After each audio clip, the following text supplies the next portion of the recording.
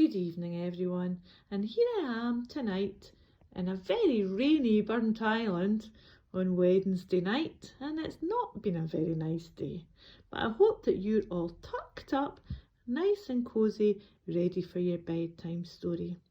Now tonight's story is an Angus story. Angus rides the goods train. My bear's called Angus, and it's by Alan Durant and Chris Riddell. Now, it's not a funny story, not like some of the other ones, but it has got really good adventure in it and a really good message in there too.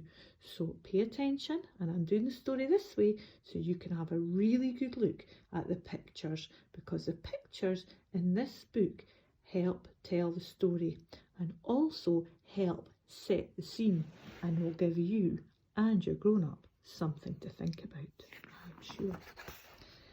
I love this book. I hope you love it too. Angus rides the goods train. Oh, look at that. It's got an interesting picture straight away. Right, here we go. That night, Angus rode the goods train. He awoke to the sound of clunking and chinking, and there it was. "All aboard!" cried the driver, and Angus climbed up onto the train. He saw milk and honey and rice and a huge tank of water to make steam for the train. "Where are we going?" he asked. "Somewhere very important," said the driver. "Far away, far, far away." And with a whistle and a whoosh, they were off. Away they sped, across the land and over the sea, in and out of towns and cities, up and down hills and mountains, through fields and valleys and forests and lush and thick with trees. The wind swept through Angus's hair, and his heart was happy to be going far, far away to somewhere so important. Then the landscape changed.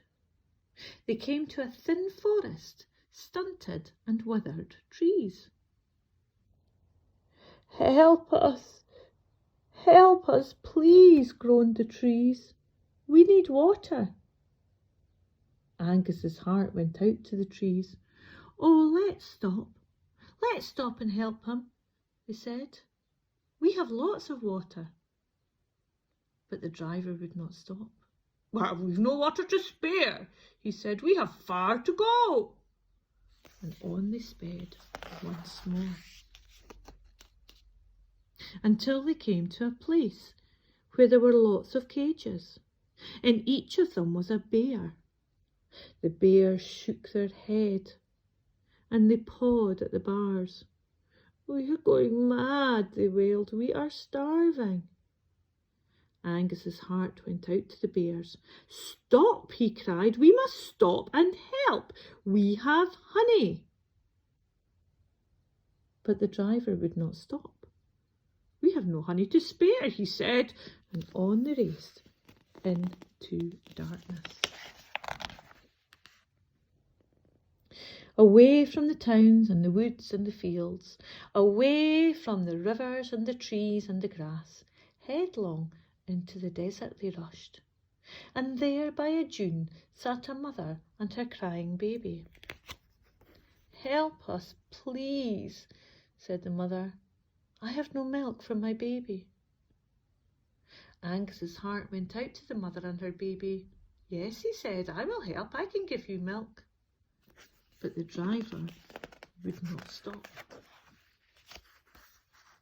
Now they came to a terrible place where the houses were all broken and the fields were full of holes, and by the track stood a girl.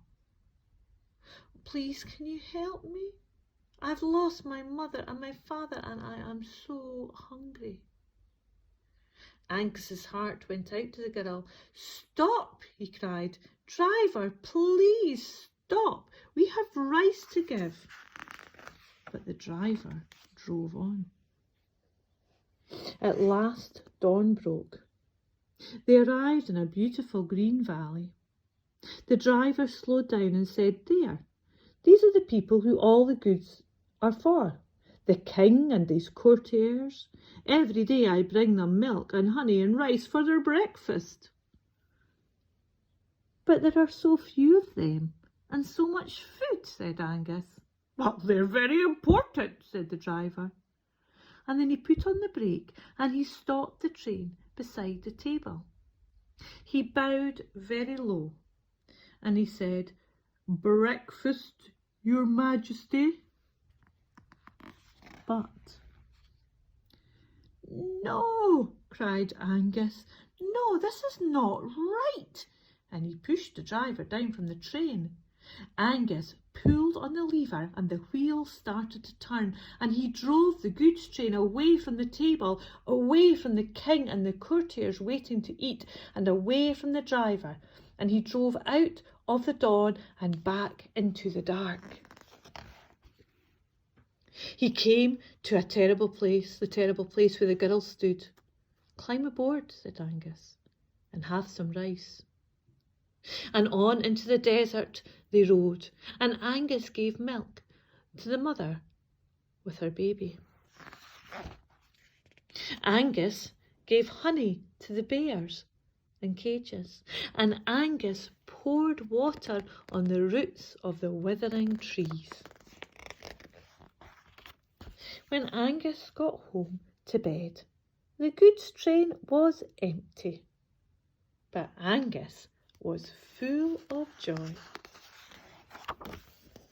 At breakfast, on the television, Angus saw the picture of his friend, and he watched as a man explained why they could not help, could not give, could not save. "One day," vowed Angus, "one day I will drive the goods train." And I'm just going to leave that there and let you think about what that means. Would you be like Angus? Would you? Make sure people get what they need. Look after others. It's a really good message in that book. And I really like it. I hope you did too. And I hope that you have good dreams tonight, thinking of the people in the world who help and the people who are helpers. Whenever bad things happen in the world, I think that's often the message. When you see the news and it's maybe got bad things and doom and gloom happen, look for the helpers. Always look for the helpers and see them and focus your attention on the helpers because they're always there helping. You take care. Have a good night's sleep, everyone. Night night.